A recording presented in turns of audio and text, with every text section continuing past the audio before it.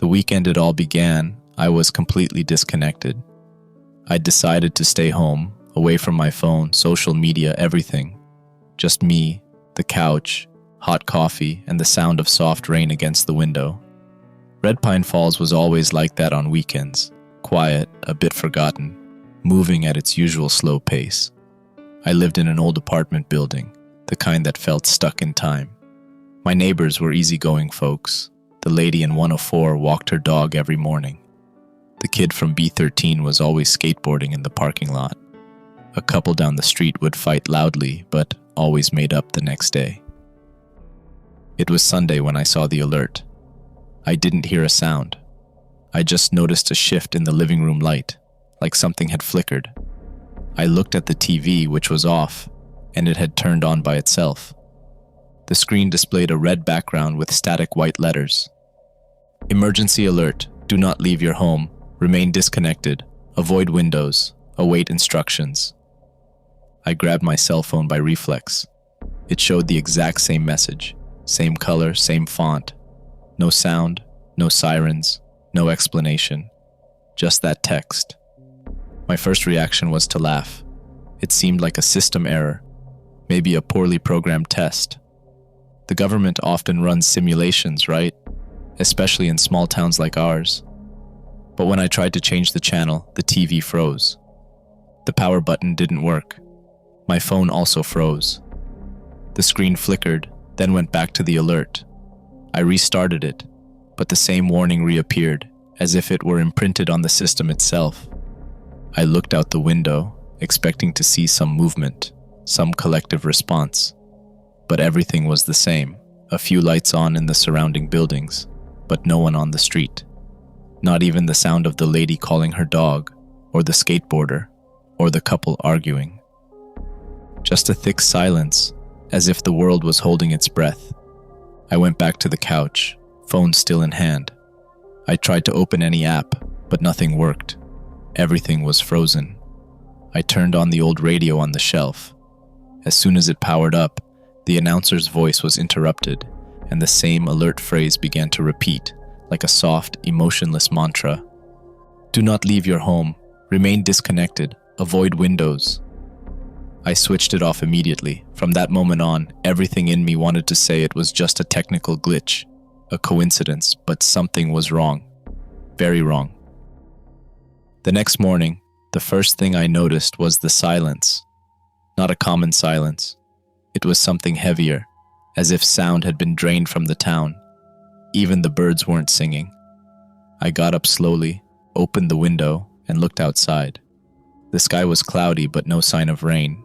The streets were clean, the houses exactly as they always were, but no one in sight. No cars, no doors opening, no footsteps on the pavement. It seemed like everyone had simply vanished or decided, at the same time, to stay home. Even the lady from 104's dog wasn't barking anymore. The strangest thing was that the lights in most houses were still on, even in the morning, as if people were still inside, just motionless. I watched for a few minutes, waiting for some movement. When I noticed a curtain moving in the apartment across the way, I felt a surge of relief.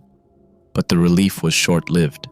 The curtain moved with exaggerated slowness, as if being pulled by someone who wasn't quite sure what they were doing. And then, through the glass, I saw a face. It was Mr. Larkin from 202. He was just staring blankly at the sky, unblinking, expressionless. The curtain slowly dropped back down, and the window was closed. I went back inside and tried to make a call. I called my sister, then my friend Mark, and then the city's main line. All the numbers rang, but none answered. Until one call connected. My sister's name appeared on the cell phone screen. I answered immediately. Hello? Silence. Then a voice emerged, but it wasn't hers. It was low, soft, strangely calm. Everything's fine now. Stay home. Await instructions. I hung up immediately. I don't know why it scared me so much. It wasn't a threat. It was the tone. Too calm, too controlled, as if someone had been trained to soothe me. But I wasn't calm, and something told me I shouldn't be. Shortly after, I heard footsteps in the hallway. I went to the door and looked through the peephole. It was the teenager from B13, the skateboard kid. But he didn't have his skateboard with him. He just walked slowly down the hall, looking at each door. He reached mine, paused for a few seconds, and then whispered something too low for me to understand. Then he continued walking to the end of the hall and disappeared down the stairs. I opened the door slightly and called out to him, but he didn't respond. He didn't even turn his head. That night was even stranger. The streetlights flickered, like a bulb about to burn out. In a moment of nervousness, I yelled out the window, asking if anyone knew what was happening. No answer. But in the distance, I heard the sound of a door opening, and then another. Suddenly, all over the block, several doors slowly began to open. People emerged from their homes, but they didn't speak. They didn't interact. They just walked silently into the street, looking up at nothing, as if they were waiting for something to fall from the sky. There was Mr. Larkin, standing in the middle of the street, still with that empty expression. The lady from 104 was beside him, with her dog, which was now lying motionless, eyes open. The teenager was there too. No one moved anymore. I stood there, watching, my heart pounding. And then, as if they'd received an invisible command, they all went back inside at the same time. I closed the curtains, turned off the lights, and sat on the kitchen floor. Something was happening, and it wasn't just a simple alert. No one seemed scared, and that's what bothered me the most. It was as if they had accepted a new rule, a new logic, and I was the only one who still hadn't figured out what it was. I woke up the next day with a strange feeling in my body. It wasn't pain or tiredness, but a kind of weight on my shoulders, as if the air was denser. The ceiling seemed lower. The silence was no longer strange. It was the new normal. I got out of bed with difficulty, drank some coffee that tasted like paper, and went to the door. When I tried to turn the doorknob, it wouldn't budge. I tried again, harder. Nothing. It was locked from the outside. This made no sense. There was no lock on the outside of the door, at least not that I knew of. I pushed, banged, forced. Nothing gave way. I went to the living room window and tried to open it, but I noticed the glass was different. It didn't reflect properly. It was as if a film had been glued to the outside. I grabbed a hammer from the cabinet and hit it hard. The glass cracked, then broke, and a cold wind rushed through the opening. But the air, it had a strange smell. It wasn't pollution or mold. It was sweet, almost perfumed, but artificial. A smell that made everything seem too clean, as if the world had been forcibly sanitized. I looked out through the cracks and saw the mailman. He walked slowly with regular steps, carrying nothing in his hands. He passed the mailboxes but didn't put anything in any of them. He just walked to the end of the street and stopped. He stood there, looking at nothing. I kept watching until he turned and came back the same way, at the same pace. As he passed my window, he looked directly at me, not with surprise or shock. He just stared as if I were the strange one in this story. I closed the window and went to the kitchen. I turned on the microwave to heat up some food, but the panel showed something strange. Instead of numbers or functions, the same alert message appeared. The words were repeating. Remain at home, await instructions, everything's fine now. I turned the appliance off immediately. I looked around. The TV was off but flickering, as if trying to turn on. My laptop no longer powered up. The radio played static, with small whispers I couldn't identify. I went to the door again, the doorknob still locked. I began to wonder if someone had done that during the night, but who, and why? I grabbed a kitchen knife, not for protection, but because the idea of being trapped in my own home really started to weigh on me. Not because of the lack of freedom itself, but because of the absence of any explanation. Later I heard noises in the hallway, slow footsteps, someone whispering. I approached the door and listened intently. The voice repeated, almost like a child learning a new phrase. "Everything's fine now. You're safe." I went to the peephole. It was the woman from 103. She was going from door to door, pressing her forehead against the wood and saying those words softly. Then she would smile and continue. Her face seemed too serene, as if she had achieved some forced peace. When she reached my door, she did the same, said the words, pressed her head, and stayed there for a minute, quiet, until she left. I stood motionless for a long time. When I finally managed to get off the floor, I noticed something even more unsettling. All the mirrors in the house, in the bathroom, the living room, and even on the back of the closet door were fogged up. No windows had condensation. There was no steam. But the mirrors looked like they had been touched.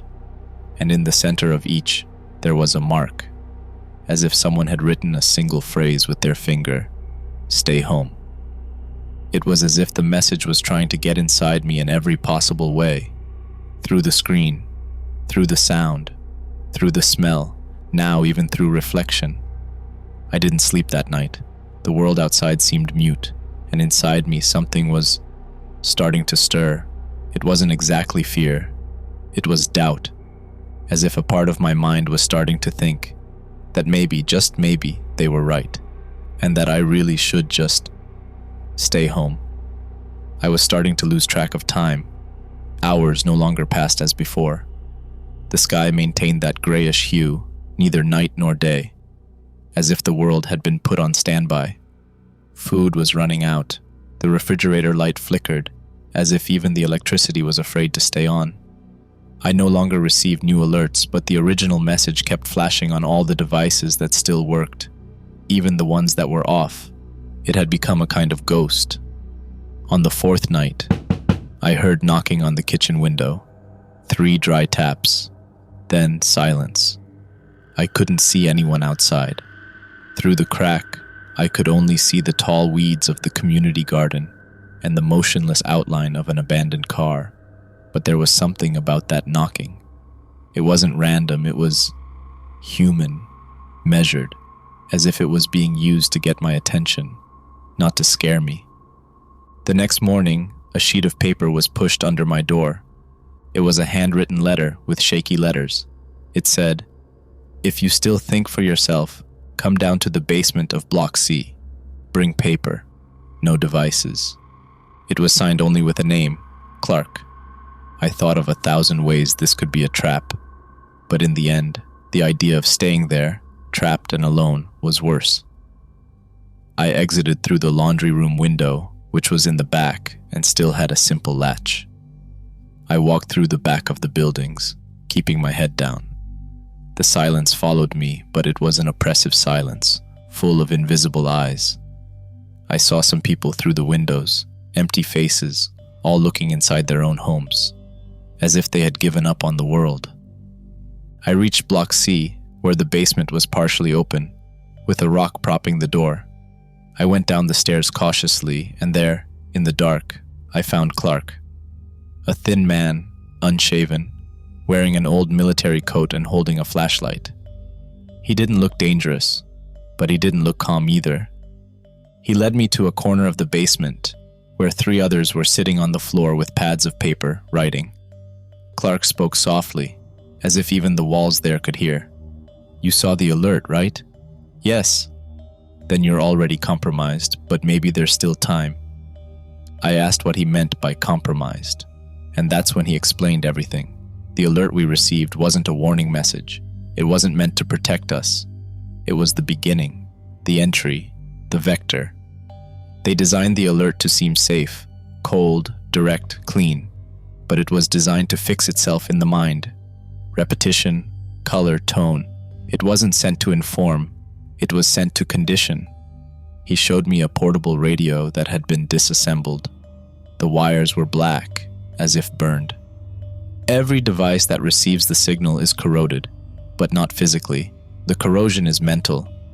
First you agree to stay home, then you agree not to look out the window, then you agree that you don't need to go out anymore, until the thought of going out doesn't even exist. A woman in the group, with hollow eyes and trembling fingers, said her husband started repeating phrases a week before the alert. She said he had already received the call, and that after that he just smiled and said everything was better now. Clark showed me hand-drawn images representing signal patterns, spiral waves, truncated texts. These shapes repeat in the visual alerts. They get stuck in the brain like a virus. Most people accept it. Some, like us, resist. But for how long? I remained silent. My stomach churned. The alert, which until then I had treated as a strange warning, was part of the contamination. There were no sirens because the threat wasn't external. It was inside everyone's head, planted there with a phrase and a color. Before leaving, Clark handed me a sheet of paper with notes. There was a hand-drawn map marking the center of town where an old emergency transmission truck was located. According to him, that's where the signals were coming from. If you can shut that down, maybe there'll be time for the few who still resist. What about you? I asked. I've seen the alert for too long. I returned home by the same route, avoiding the glazed eyes of those peeking through windows.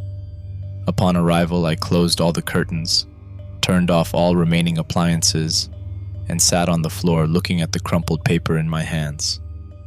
For the first time, I felt there was something bigger than just a system error, and that my mind had been molding for days, perhaps from the very first moment I looked at that red screen.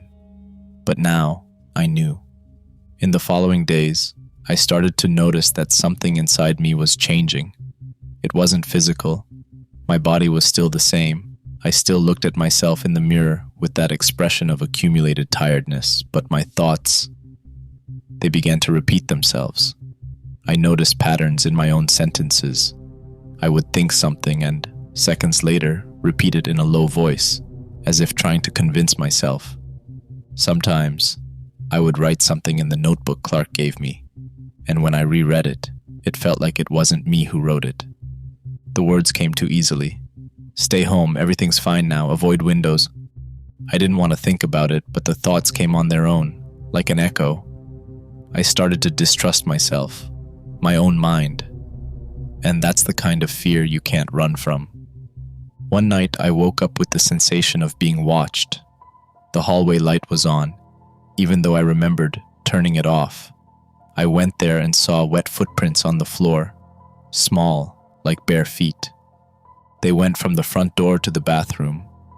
I followed slowly, my heart pounding. The bathroom was empty, but the mirror was fogged up, and in the center someone had written with their finger, "You're almost ready." That night, I didn't go back to sleep. I sat on the bedroom floor with the flashlight on, the kitchen knife beside me, and the notebook open. I forced myself to write something different. I tried to remember my sister's name, the town where I was born, my favorite food. But the more I tried, the emptier everything seemed. The memories were there, but they crumbled in the details, like dreams told too late. It was as if the parts that made me up were being deleted one by one. The next day, I decided to go back to the basement to look for Clark. The door was ajar, as before, but no one was there. The place seemed abandoned for days, even though I knew I had been there a short time ago. On the floor, only a sheet of paper with a red spiral drawing. On the back, a phrase written in red pen. The more you look, the more it understands you. From then on, I began to question if Clark had even existed, if that group of people was really there, or if my mind, in an attempt to protect itself, created a fantasy of resistance to keep me functioning. But the map was still with me, the notes too, and the anguish wasn't a product of imagination. That I knew. On the way back, I saw a man standing in front of the building, looking at the sky. He was wearing a delivery uniform, completely dirty.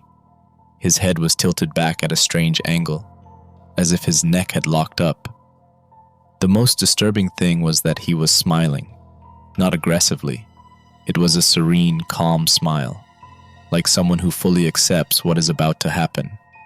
He slowly turned his head and looked at me.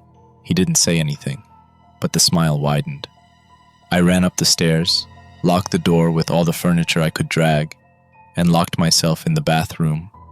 I was breathing too fast. My hands were shaking. My thoughts were jumbled. I looked in the mirror and tried to repeat my name out loud. I couldn't. My mouth opened, but no words came out. Just that feeling that the name no longer belonged to me. I was someone, but I didn't know who, and the part of me that knew was already gone. In the following hours, I heard knocking on the door. It was rhythmic, soft, like the knocking on the window days earlier. And between each knock, a soft voice said, "You're ready now. Let me in."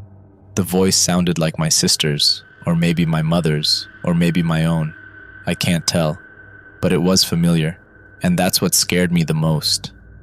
I spent the rest of the night in absolute silence, trying not to think, not to hear, not to feel.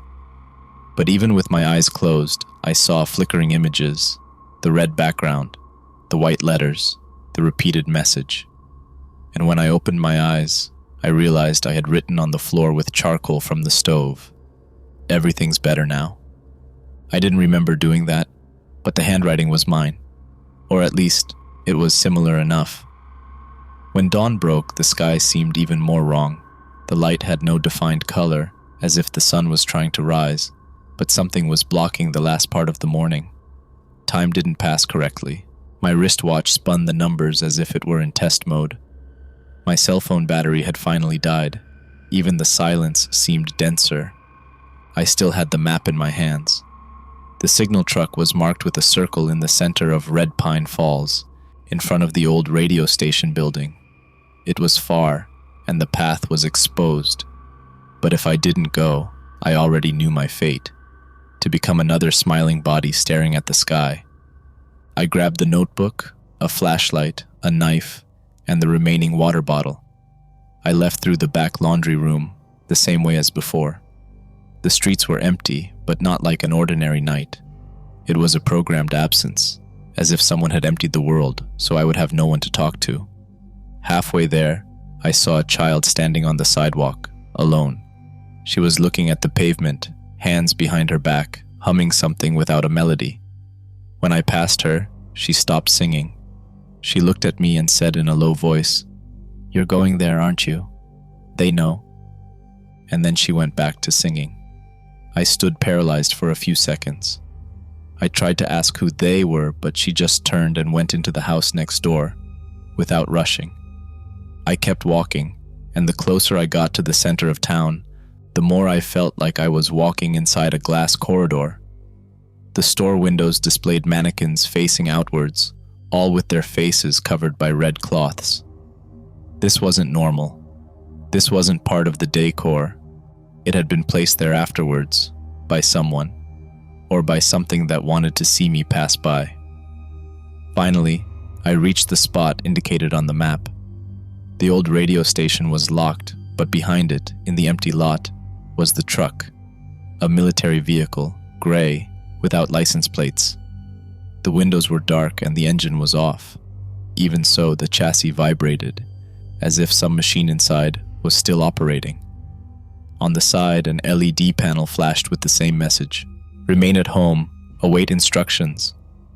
I approached slowly, my eyes fixed on the words. The feeling of being pulled was real, not physically, but as if my mind wanted to get closer, understand, obey. When I put my hand on the doorknob, I heard a voice behind me, "Don't touch that." I turned and saw a man, leaning against a wall, holding an iron bar. His face was dirty, his gaze tired. He was one of the locals I used to see at the market, but I couldn't remember his name. He approached. "Can you still think?" I nodded, unsure if it was true. "Then we have a chance." His name was Martin. He had been hiding in the city center's service tunnels, trying to track the signal. He told me more people had tried to destroy that truck, but they couldn't even get close. Most gave up halfway. Others simply stopped. With his help, we opened the back of the vehicle. Inside, it was worse than I imagined. There was no one, but there were screens, many screens, and all of them displayed faces, hundreds of faces of the town's residents, repeating synchronized phrases. Some screens showed house rooms, others showed empty streets. It was as if the truck was watching the entire town, recording every word spoken, every window closed. Martin started destroying the wires with the iron bar while I looked for the generator. The machine trembled, as if trying to resist. When I finally cut the power cables, the screens flickered and began to shut down one by one. The sound of the voices diminished to just a whisper, and then silence. But it wasn't the end. Martin stopped moving. He stood still in the middle of the truck bed, looking at the last screen still on. It was his face, but he was smiling. He fell to the ground shortly after. No scream, no struggle. He just fell. I rushed to him, but he had no pulse. His face still showed that serene smile. For a second, I thought I was smiling too. I put my hand on my face. It was normal, but the thought lingered. I got out of there as fast as I could, running through increasingly distorted streets. The houses seemed tilted.